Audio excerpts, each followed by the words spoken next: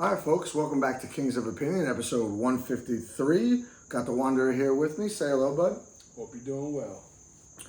All right, so it's been a few weeks. There's been a lot going on. I don't know much of it, but, we're going to give this thing a shot. I guess first things first, I'll talk about the Yankees for a little bit and go from there.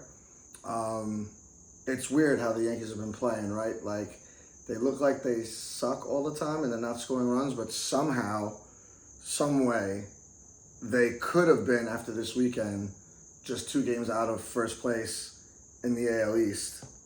And, you probably sign up with that by right around this time. Like, you still got a week left in August. Right. And then all of September. And to say you're 2 games back, that would have been awesome, right? However, the one game that they probably should have came back and won, even though Dylan Cease was on the mound on Saturday, they lost.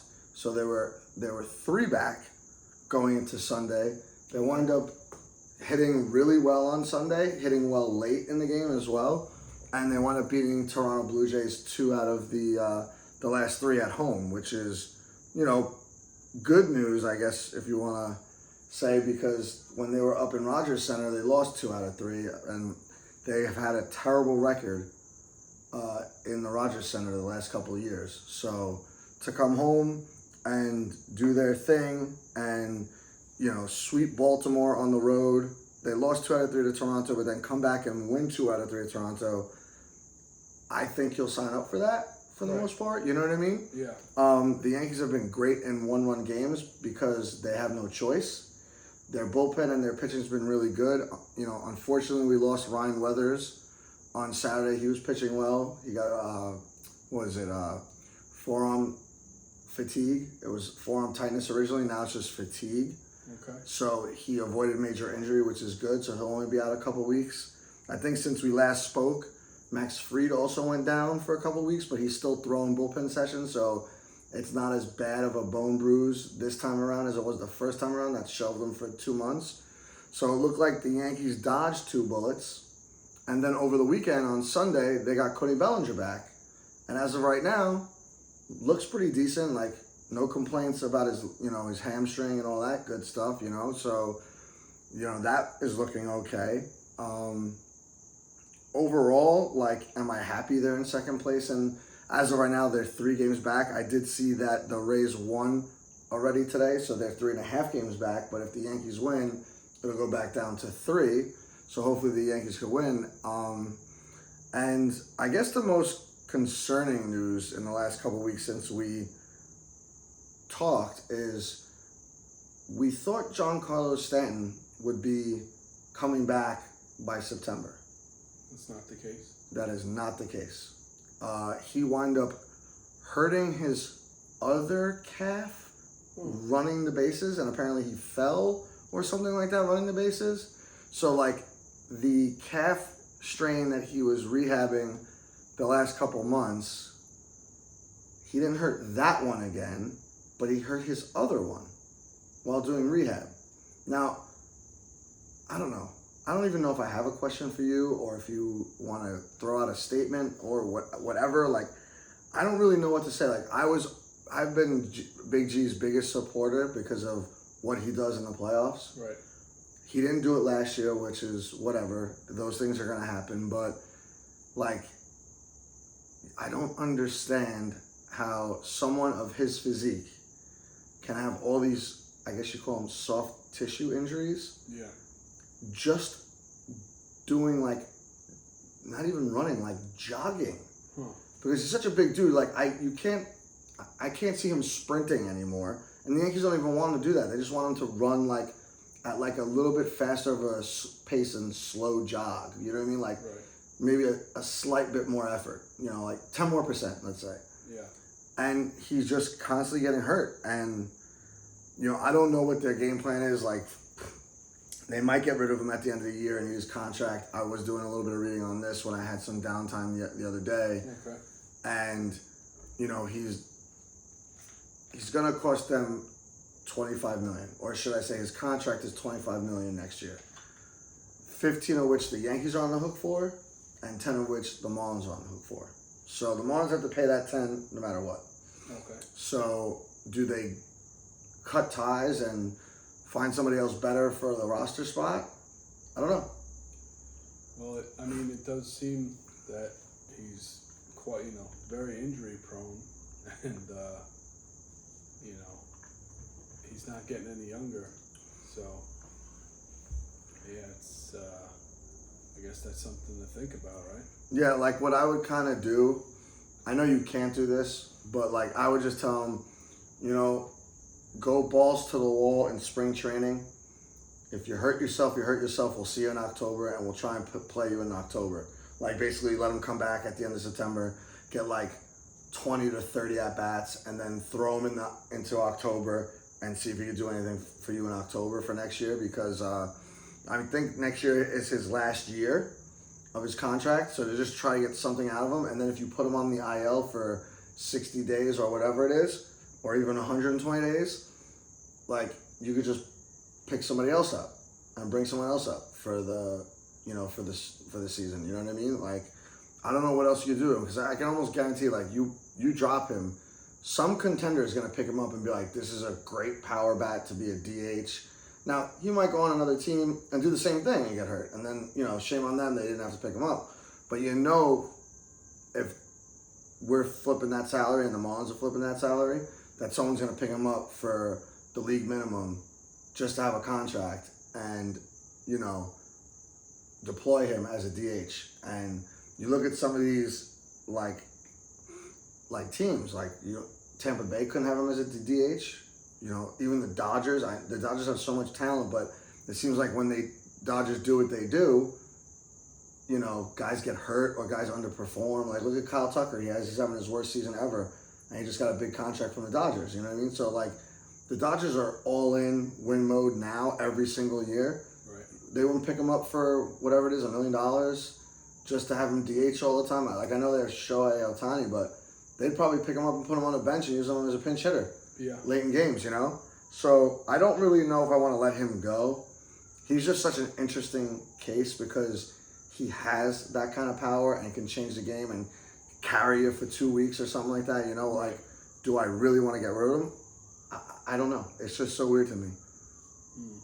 But, I guess that's more of a next year problem. They said he's out for the season. Now, can he come back in 5 weeks and maybe make the playoff roster? Maybe, but I don't even know at this point if that's even a great idea. Yeah. You know what I mean? Could just, end up making it worse. Yeah, and then it's just kind of like you're at this point now where like you got the guy Garcia who plays first base, and you got Ben Rice. Now, if he comes back and you put him at DH, which one of those guys are you sitting? Between the two of them, they got almost 60 home runs. You know what I mean? So they produced all year. And they both, I think, got over 80 RBIs. So you got to play them both. And they only have the one position they could play. I mean, that's not completely true, but as of right now, they're both only playing first base. Now, could you play Ben Rice as a catcher after not catching all year? Probably. But then, do you really want to match with the starting pitching? How good they've been? Now, let's keep in mind, the Yankees have the best pitching staff in all of baseball. And it's close. It's decently close, but they're at a 3.20 clip. The next team is like a 3.4. You know what I mean? So all in all, and I have to do more research, like how good our starters have been compared to how good our bullpen has been. But they've both pitched to a 3.20, which is pretty amazing. So do you contribute that success partly to the catchers as well? I would think so. So even though Austin Wells can't hit himself out of a paper bag, who, to be fair, if I'm going to slam him, he's been a little bit more impressive of the last couple of weeks. He's been hitting a little bit more. But Ali Sanchez hasn't hit all year either. They're the worst catching tandem in all of baseball, so you can't really mess with that. So then you move around and see where you could put other people. Jazz has been a huge disappointment all year. He's been hitting a little bit better as of late, but more only so a week, which is not a lot, right? So maybe do you sit Jazz down or put him at third base because McMahon is hurt, and move Luis Garcia to second? Because he has played second base before and quite often. He just made the transition this year to first base or something like that. But he's played a lot of second base, and they don't like his defense at second base, but also didn't like his defense at first. And from what I see of him playing at first, he's perfectly capable and a little bit better than Rice at first. But if you're gonna get them both in the lineup, they're both gonna have to play positions. You know what I mean? Right. Especially if even without Stanton, you might have 70 or 80% Judge, where you might just want to DH him, and then you might want to have Spencer Jones in right, Trent in center, and Cody Bellinger in left. So there's all these little issues. I guess they're good issues because you have a lot of pieces and a lot of depth. But this is where being a manager is going to count in October, right? You got to plug and play the right guys and hope they come through. Because if not, guess where the Yankees will be in a week into October? Probably in Tampa, Florida, watching the World Series. You know what I mean? Yeah. Was there any update on Judge? Judge's couple updates. It almost seems like there's going to be an update every week with Judge. So the latest one is that he's swinging the bat. He's taking some live batting practice, and they're working him in that way, which is good. He's coming along, so hopefully they're saying, you know, or at least the beat reporters are saying mid-September he'll be back, which gives him 2 weeks of baseball to ramp it up and get into some kind of, you know, baseball shape, I guess, if you will, even though I'm sure he's already in baseball shape, but get the timing back and all that stuff. And then you'll see how he feels, whether or not they're going to put him in the outfield a little bit, DH him, do whatever. Because he's getting up there in age too, so not having Stanton next year might be a better idea. Maybe you DH Judge a lot now. Or maybe you rotate it, like Judge plays right, Ben Rice DHs, Luis Garcia plays first, and you rotate those three guys in and out. Keep him fresh. And right, and some other people, you know what I mean? But you know, it's getting rough. I'm not gonna lie, it's getting a little rough with the Yankees and all that stuff. I wish they were hitting a little bit more. The problem with that is it almost seems like they're in October form in August and in July, because, you know, once they play in the playoffs, they don't hit much at all either. So this could be a blessing in disguise. We'll have to wait and see once we get closer to October in the playoffs. Maybe they overtake the Rays and they'll have the best record in the American League and home field advantage. Like, that's still on the table. Yeah, it's definitely, they're in striking distance for sure. And now, what do you think? Let me ask you this question, because this bothers me. The last few years, the Yankees were content with just getting into a wild card and take their chances. And for me, pretty much every year they lost. The only one exception was when they had home field advantage. They went into the World Series. So it was 2 years ago? Yeah, 2 years ago. So, like, if you're Aaron Boone, would you not be trying to press every button you can to win as many games as you can and get that number one spot? Yeah, I mean, ideally, I think that's what you want. I just don't know if he's ever really thinking about that, which is what boggles my mind, because I'm like, right now, especially this year, the AL is so, I don't want to say garbage, but just mediocre. Right. That all you got to do is win the AL East. You win the AL East, you're the number one seed. It wasn't like last year where, you know, you had the Toronto Blue Jays, they're both 94 and whatever, and they beat you on a tiebreaker. You know, like, you could still lose that now with this year as well, but there's no one in the West, there's no one in the Central, unless they go on some kind of, like, you know, 20-8 run or something like that, where they just take off and win a bunch of freaking games that are even going to come close to you as long as you keep winning ball games. You beat the Rays out, you got the number one seed. You got the bye. Done deal.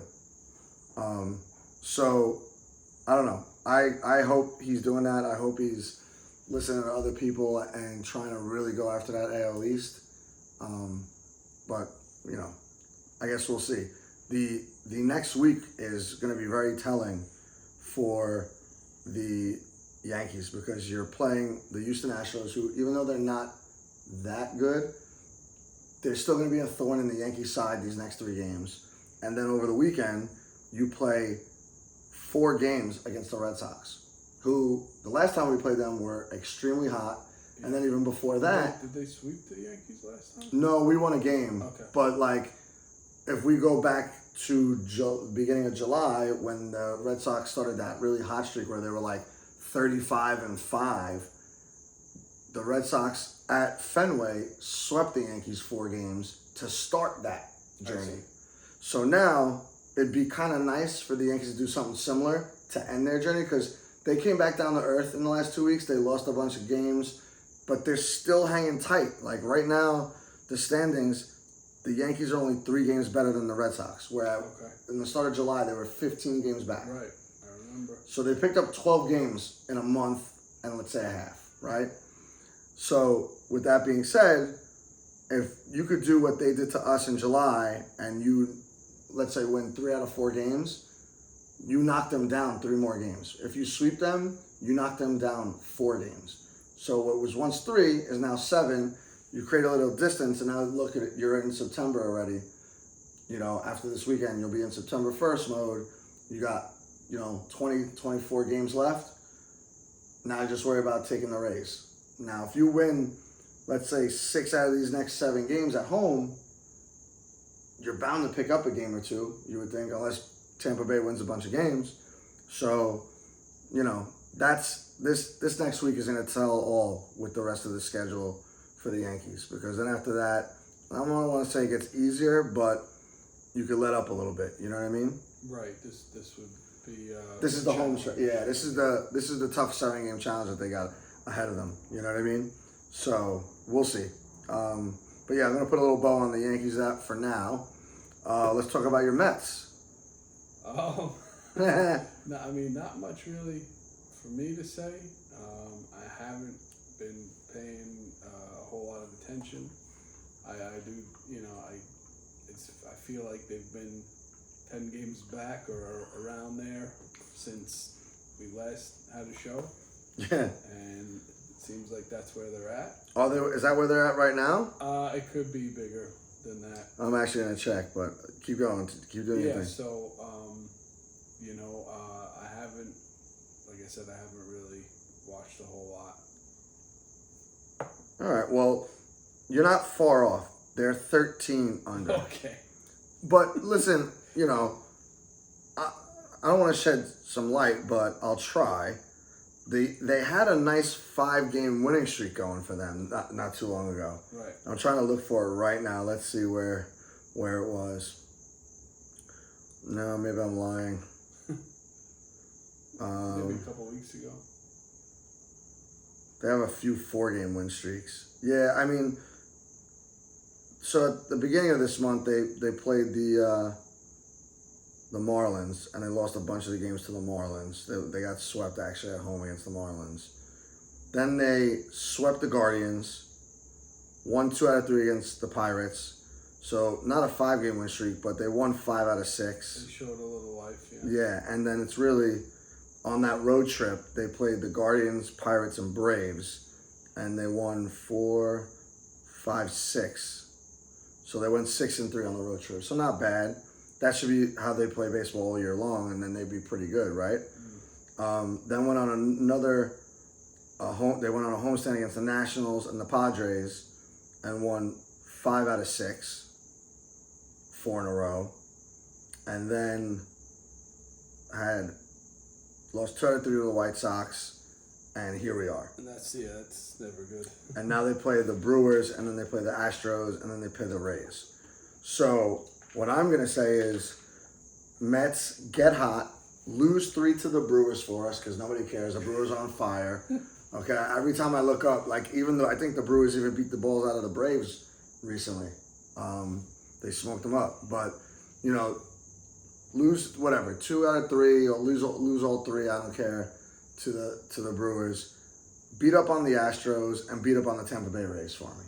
Okay. And the Tampa Bay Rays are more important. Like, if you could sweep the Tampa Bay Rays, I know they're on the road, so they're in Tampa. Tampa's really good at home.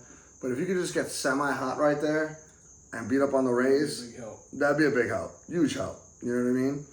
And I just always like to see the Astros lose now at this point. But, Right. But listen, they had a decent enough August. If they could have a good September, I think you would be happy with maybe if they are 7 games under 500. Pick up a couple games. I'll be happy with that. I mean, the way their seasons went, it wasn't the best, obviously. No. The good thing about this season is brought up a lot of rookies, and some of those guys have turned out to be pretty good. Yeah. Right? Yeah, I mean, and they're getting a chance, so I guess that's good. Have a better idea of what they have going forward. Absolutely. I mean, look, I'm like the guys on the fan eating while we're doing the show. Mm-hmm. Starving. I didn't eat much today, but look, I mean, it's important, right? I'll take this to the Yankees and with the Mets. Like, the Yankees and the Mets had to bring up a bunch of guys this year to fill a bunch of different holes. Obviously, it's more important for the Yankees because they're still in the pennant race. Right. But like you just said, finding out what these guys are all about now at the major league level is important. The only difference is the Yankees are doing it where they need these guys to produce right now because they're trying to make the playoffs and win World Series, where the Mets are... more pressure, yeah. Yeah, a lot more pressure. But, other than that, it's the same kind of principle, right? Get up here, do your thing, do what you got to do, play some solid baseball. And the little bit I have seen of the Mets, these rookies are pretty good, pretty solid. So you got to be happy about some of that. Maybe you could drop some of your dead contract weight next year and sign some decent ball players, and you could have a quick turnaround. You know what I mean? Because the Mets aren't too far removed from giving the Dodgers, a handful in the NLCS. Right. You know what I mean? So we'll leave it at that.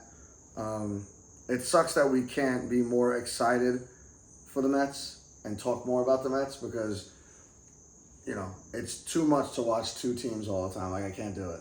So, like, I'll just look at notes and this, that, and the other thing, but I'm focused on the Yankees. I guess if the Mets were even at 500 right now and close to a wild card, you'd be watching it a little bit more. Yeah. Right? It would definitely hold my interest a bit more. I would think so. You'd be invested. Yeah. You know what I mean? And, that's not a bad thing.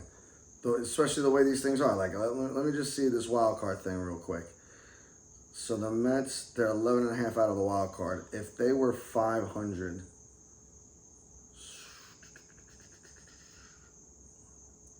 if they were 500 right now. I'm sorry. That's what I meant earlier. Is they were floating around 10 games out of the wild card. Right. Oh, 10 games out of the wild card. Right. Yeah. Now they're 11.5. So you were even closer with that. But if they were 500 right now, they'd be 5 games out of the wild card, which isn't too bad. You know what I mean? But yeah, that's that with that. Do we have any other sports-related stuff besides the U.S. Open that started today? And obviously the Little League World Series is going on? Yes, it is. Do you have anything NFL related? No? I can't think of much NFL related right now. I think, like I said last time, I think it's still just a little too early. The only thing I'm going to say is that the fantasy football thing's gearing up and all that stuff. So the drafts are coming within 10 days, I'm assuming. I was going to say some people probably have it this week. Yeah, I mean, I never signed up for that kind of thing because I think it's still too early. Guys are still getting hurt and whatever, or coming back from injuries. So I always like to do it last minute, but the NFL's literally knocking on our summer door. Matter of fact, summer's almost over. Yeah. You know what I mean? Yeah. In like 10 days or so, it's going to be Labor Day and football's going to be back on and the Mets are going to be an afterthought because you're going to be watching football, hopefully. Yeah. If you want to do that. But yeah, I mean... Did you watch any preseason last weekend? No, I can't. I turn it on for a minute and then I don't know. I just can't do it. The preseason doesn't do it for me, Yeah. So I haven't really watched, but some people are excited. Some people are turning heads in camps and whatever across the league. The Jets won, if I'm not mistaken. No, you're 100% right. I think they beat the Steelers by like 10 points. Gotcha. But it's preseason. But to be fair, Geno Smith was in for, I heard, like a drive. And I think he completed every pass, and they scored a touchdown. All right. So that's nice. And, like, everyone seems to be really high on the Gents' offense this year. I'm going to be a little more reserved. Okay. Just to be fair. I've seen this before, and I know a lot of other people have it. Maybe they want it so bad. Maybe the Knicks winning gives other people's hopes for other teams that haven't won in a while. We think some of that magic can rub off. Right. but to me, I'll believe it when I see it. If the Jets come out hot and win a couple games and like score 30-something points each game, then I'll be like, oh man, we got something going on here. Until then, same old Jets. That's all I'm going to say. But yeah, other than that, we got that going on. I don't think there's anything else going on as far as the sports are concerned. Nope. All right, let's kick it into what we've been watching. You already know I have a list of things, so you could start off first. Okay, for myself, still watching the Westies on MGM Plus. It's good.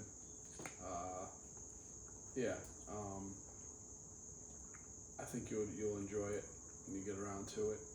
Is it almost done? Yeah, I think it's got to be. Okay. What else? Still watching The Agency, the second season. I'm not that far into it. I'm like probably in the middle, I would say.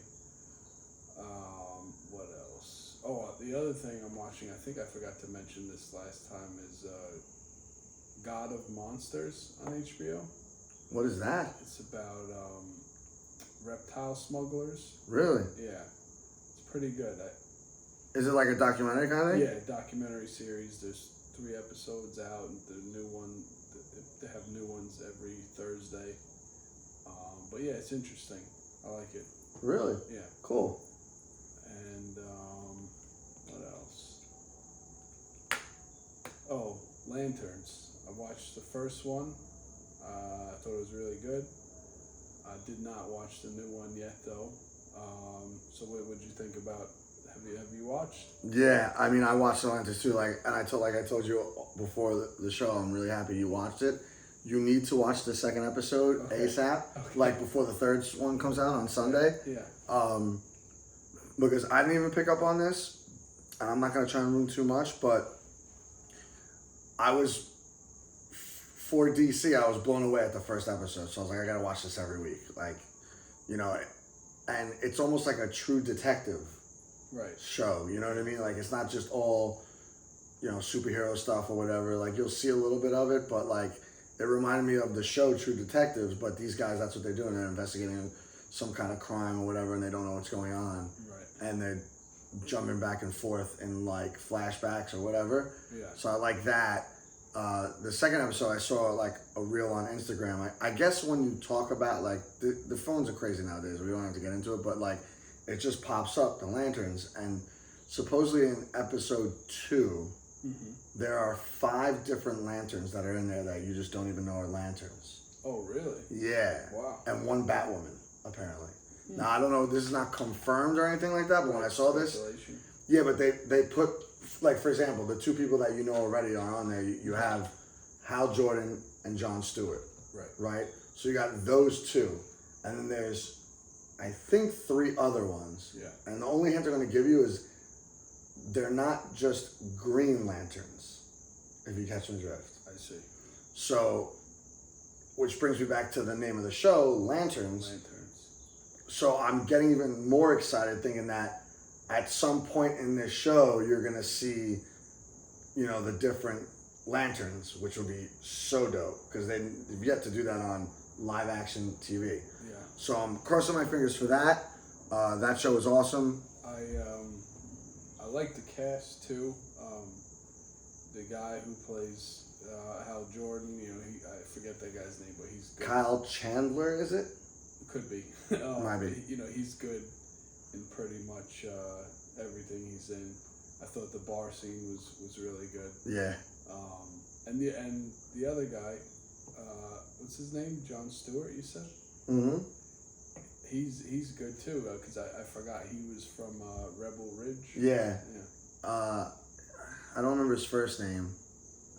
I don't know if would it be Alan? Maybe Alan Pierce? I don't know. But yeah, he's good too. I like their interactions with each other. Good dynamic. Yeah, exactly. Really good. I'm going to skip around here, see what we got.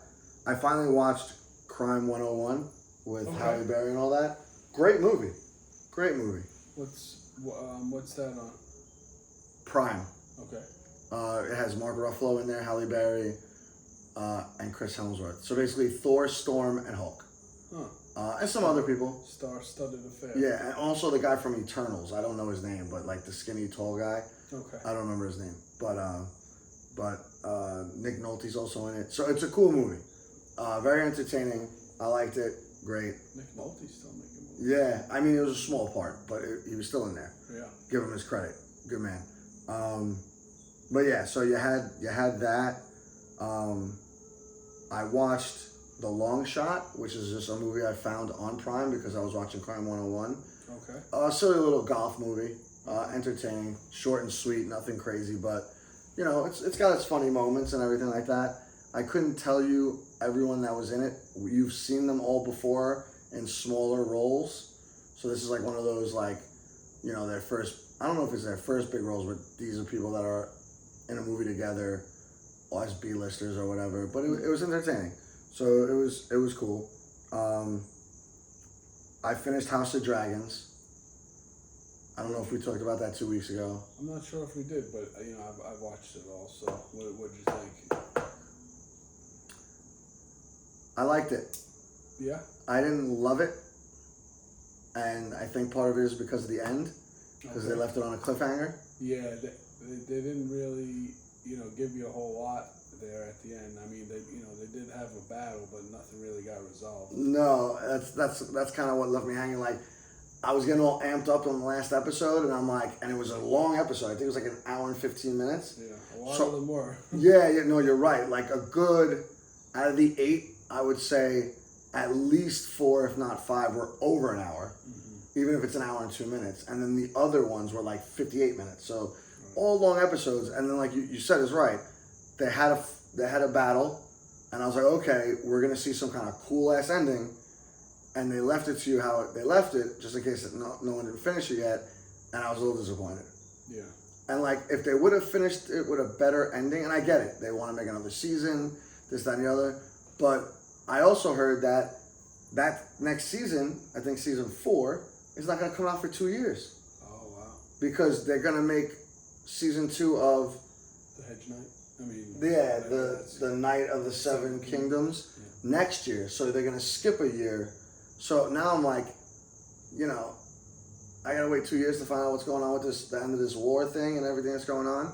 And there's a lot of gangster stuff that's been going on there. And like, it was really good, but it just, the ending killed it. They had a lot of dragons in this season, which is what I've been asking for. Right. Because the first season was just like 1 or 2 dragons, and like now you have a bunch of dragons after season 2, and they showed a lot of them in season 3, which is, that's what the show's called. There should be dragons a lot, and I felt like there's a really good amount. So I was happy with that, but the ending, like I said, killed it. So it was rough, but yeah. So then we got the next one on my list was Lioness. I'm watching that week to week. Okay. It's really good right now, which I'm glad why I'm watching it week to week. I can't wait to see what happens next and like how this season's gonna end. Hopefully it ends well enough where they get picked up again for season 4, because they already said this was gonna be the last season, but you know, rumors have it that they're gonna pitch it somewhere else to NBC. Okay. And see if they can keep going with it. But yeah, awesome. Lioness, awesome. And what else? Oh, I'm gonna save this boy for last, but I started watching Reacher. Okay. Just because I had nothing to watch. So I was like, I gotta watch something. Reacher dropped like 3 episodes on opening night, so I thought that was cool. And then there's another 2 on the shelf already, so there's 5 that I could watch. I started watching yesterday. Okay. And How was it? The first episode was awesome. That guy Alan Richardson does a great job as Reacher, which while I was looking up Reacher, it leads me to my next to last movie, Ghost of War, which was done in 2020. Okay. And COVID got to it and never made the movie theaters. Ah. And that's on Prime. What's that about? So it's about a military squadron or platoon or whatever, and they're going to relieve, from what I remember, going to relieve a unit they're fighting I don't remember which war it was, but they're in a war and they've taken over this house. Okay. And something crazy is going on in the house. And they get there and then all hell breaks loose. And Alan Richardson is in that movie. So I checked it out over the weekend and it was a pretty good, entertaining movie. Cool. It's a little bit of horror, a little bit of history, a little bit of, military warfare kind of thing going on there. So they mixed a bunch of things together. That's pretty cool. I liked it. Nice. Yeah, not too bad. So yeah, that was that. I have another movie on here. Okay. It was Damaged. I found this by chance as well. Samuel L. Jackson was in it. I'll be honest with you. New movie or? You know what? Okay. I don't know. Okay. I'm not even sure. I wish I could tell you. But I fell asleep on it twice. Okay. So, to be fair, it was a late night both nights. So, because I found it late Friday night after watching probably Ghost of War, and it was just like, if you like this, watch this. Mm-hmm. And I watched like 40 minutes of it, passed out, and I'm like, I don't remember the movie. So I started it over again the next night. Same thing. Same thing. So take it for what it is. I love Samuel L. Jackson. I might even try giving it another chance to see what I missed. But, just being candid right here and just letting you know what happened. Gotcha. And last but not least, did you see Spider-Man? No, I haven't. How was it? You almost batted 100, bro, or 1,000. You almost did this week. You almost did. I gave you 2 weeks. You didn't do it. Shame. It was really good. Yeah. Really, really good. I can't believe you didn't go to movie theaters to see it, bro. I'm so disappointed. There was a time where you'd go with Mike Wells and go see this movie. I don't know what happened to that time, but whatever. Geez. So, I don't know what I could say and not say at this point. Listen, acting was good. Uh-huh. Action was really good. I saw it in 3D, and when he was swinging, yeah, because for some reason I'm like, I gotta see movies in 3D if they still have it. Who's the villain in it? I can't tell you. Okay. If you haven't found out yet, I'm not gonna tell you now and spoil it. You know what I mean? Everyone else that watched this show probably already knows because they probably saw it on Instagram or on TV or something like that, or the Jailbroker Fire Stick. But I can't tell you. They wrote the story well. Some people might have complaints about it. Very minimal. To me, you're nitpicking at this point. Right. A lot of cameos, a lot of Easter eggs, a lot of action. And yeah. Is this the fourth Tom Holland vehicle? Yes, it is. All right. It is the fourth. I'll tell you this, my dad thought it was a rom-com a little bit. Wow. I don't see how he could do that, but I guess he's just getting old in his age and whatever. But like, they do play the Spider-Man Mary Jane thing. Too much Zendaya? Yeah, like not even too much. Like, if you probably clock it, she's probably in like 15 minutes of a 2-hour and 20-minute movie, but they just kept going back and forth. Like, if you remember No Way Home, like no one remembers Peter and all that stuff. Like, so like a lot of this movie, or at times in the movie, I should say, he's trying to get her to remember and all this stuff. But, they sort of figure some of it out at the end. I don't want to spoil it, but to me, the best part was him swinging from building to building. Whenever he was swinging, like it was like Spider-Man was coming at me. Because like I said, I watched it in 3D. Yeah. So I thought that aspect was really cool. Same thing with the Hulk. When he had a scene with the Hulk, I thought Hulk punched me in the chest. It was crazy. But really good movie. Not better than Infinity War or Endgame. Okay. Not even better than No Way Home, in my opinion. Yeah, well, I mean, it's tough to beat all those. Agreed. My sister said it was the best, better than all those. That's why I brought it up, but I have to firmly disagree. Okay. You know what I mean? Because, like, there was I don't know if you saw No Way Home in the movie theaters. I did not, but I've seen the film. Right, but, like, when I saw it opening weekend, there was, like, a wow factor to that movie. Buzzing a bit, yeah. Well, not only that, when you're in the movie theater, they were cheering at times. Like, if you're cheering in a movie theater, that's the wow factor to me. There wasn't any of that in this movie theater for me, and I only saw it a week later because, like I said, I was in Chicago, so I didn't get to see it.